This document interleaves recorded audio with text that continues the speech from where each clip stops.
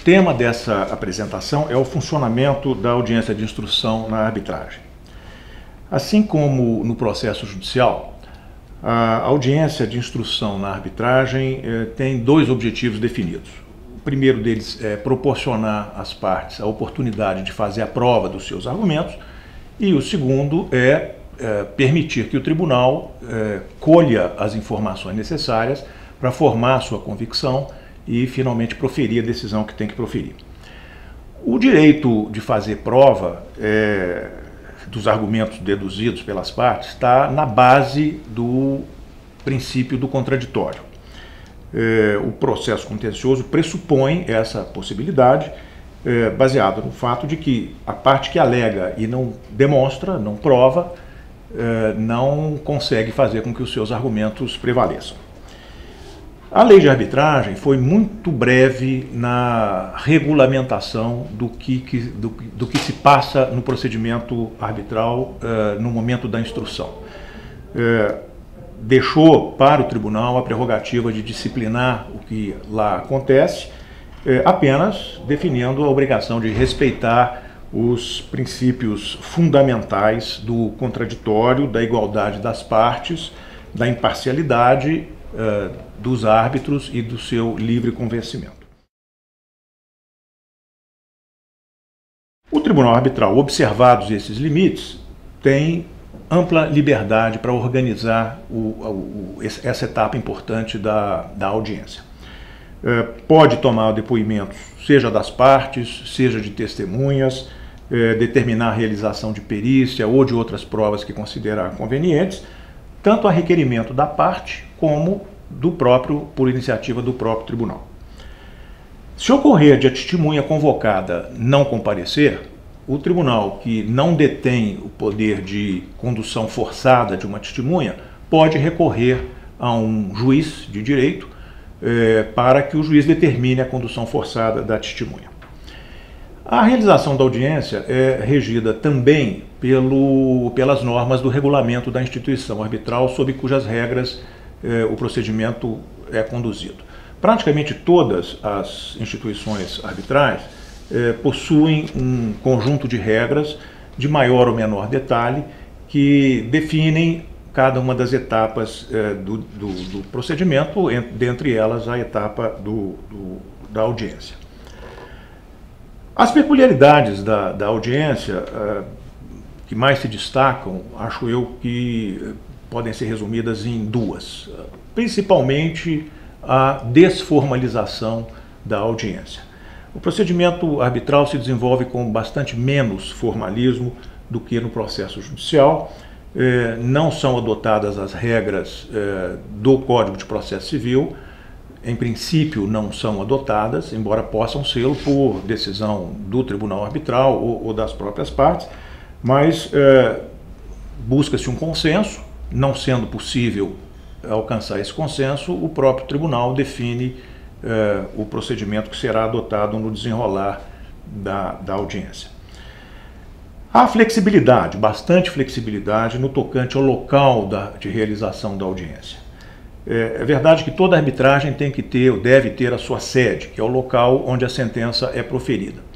Mas as audiências podem ser realizadas fisicamente fora desse local ou fora dessa sede oficial, segundo a conveniência do tribunal, das partes, e não é raro ocorrer até mesmo depoimentos tomados por videoconferência, portanto, à distância, estando o tribunal num local e o depoente em outro local. Também no campo da flexibilidade, a prova técnica se destaca. Ao contrário do procedimento convencional, em que o juiz, num processo judicial, escolhe um perito da sua confiança, é bastante frequente que no procedimento arbitral as próprias partes tragam os seus experts, tragam os seus peritos, vamos dizer, cada parte trazendo a opinião do seu expert. Essas opiniões são confrontadas, muitas vezes até num procedimento em que ambos os experts estão presentes, e seleciona-se aquilo que é convergente na opinião dos dois Eventualmente, se as divergências forem de grande monta, pode o tribunal ainda assim designar um expert da sua confiança para remover essas discrepâncias que eventualmente ainda permanecem. O segundo aspecto é a própria condução da audiência e por um tribunal que é normalmente composto por 3 indivíduos, por 3 membros. Esses membros têm supostamente conhecimentos jurídicos ou técnicos que são especializados e que distinguem esses membros do tribunal arbitral como aptos a tomar as suas decisões. Essas decisões são, em regra, tomadas pelo processo colegiado. O que significa que, para cumprir bem o seu papel, o árbitro, ou cada um dos 3 árbitros, deve estar muito bem preparado, muito bem informado sobre o que as partes apresentaram como argumentos e sobre que provas serão necessárias para confirmar as alegações das partes. A atuação do tribunal em audiência é bastante proativa. É comum que, diante de algum ponto duvidoso no depoimento de uma testemunha ou de um perito, o tribunal intervenha e faça até mesmo uma certa pressão sobre o depoente, no sentido de extrair do depoimento o máximo de informação que lhes permita conhecer a verdade material daquilo que está sendo objeto do depoimento. Na audiência arbitral, os advogados não precisam adotar fórmulas solenes, que são comuns no foro judicial, porque os membros do tribunal arbitral não esperam nenhuma reverência, nenhum tratamento reverencial.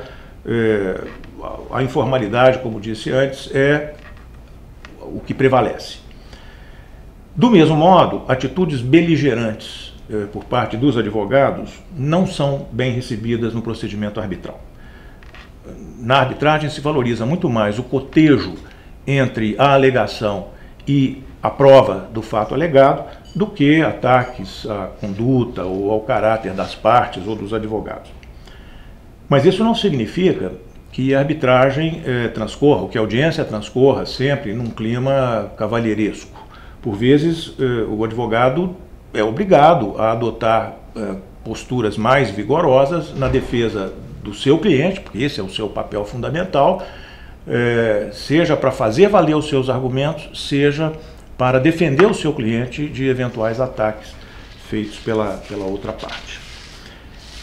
Algumas técnicas da prática arbitral internacional têm sido adotadas recentemente no Brasil, como a exibição obrigatória de documentos e a inquirição da parte pelo próprio advogado que a representa. A intervenção do tribunal costuma ser sempre maior do que no processo judicial. Como disse há pouco, a busca da verdade material é o grande objetivo e ele se sobrepõe à rigidez dos ritos, ao contrário do que muitas vezes ocorre no processo judicial.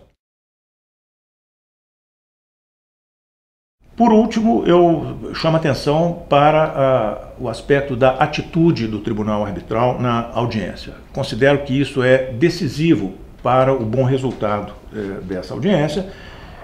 Não é recomendado que o tribunal arbitral adote posturas autocráticas, embora esporadicamente se veja isso ocorrer, mas o tribunal também não deve ser hesitante, não pode transmitir a impressão de que não detenha o comando desse momento especial do procedimento arbitral. A verdade é que a medida correta é a medida do meio. O tribunal precisa ter o comando desse momento, mas tem que exercê-lo com a moderação recomendável. Lembrando que o tribunal não tem poderes de sancionar os advogados, mas possui autoridade para dirigir a audiência que cumpra a sua finalidade. Acho que a habilidade para evitar situações de confronto, mas ao mesmo tempo desencorajar condutas inadequadas, é uma das qualidades que o bom árbitro deve possuir.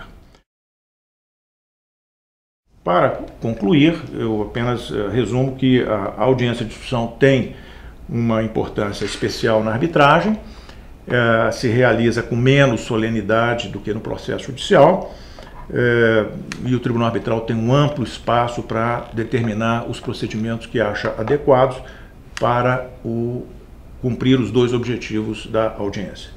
Essa discricionariedade, entretanto, é limitada pela observância obrigatória dos princípios do contraditório e da igualdade das partes, que estão encartados no princípio maior do devido processo legal. A responsabilidade primeira do Tribunal Arbitral é assegurar que a audiência alcance os seus objetivos, permitindo às partes provar os seus argumentos, se puderem fazê-lo, e permitir ao tribunal colher os fundamentos da sentença que vá proferir na solução definitiva do litígio. Muito obrigado.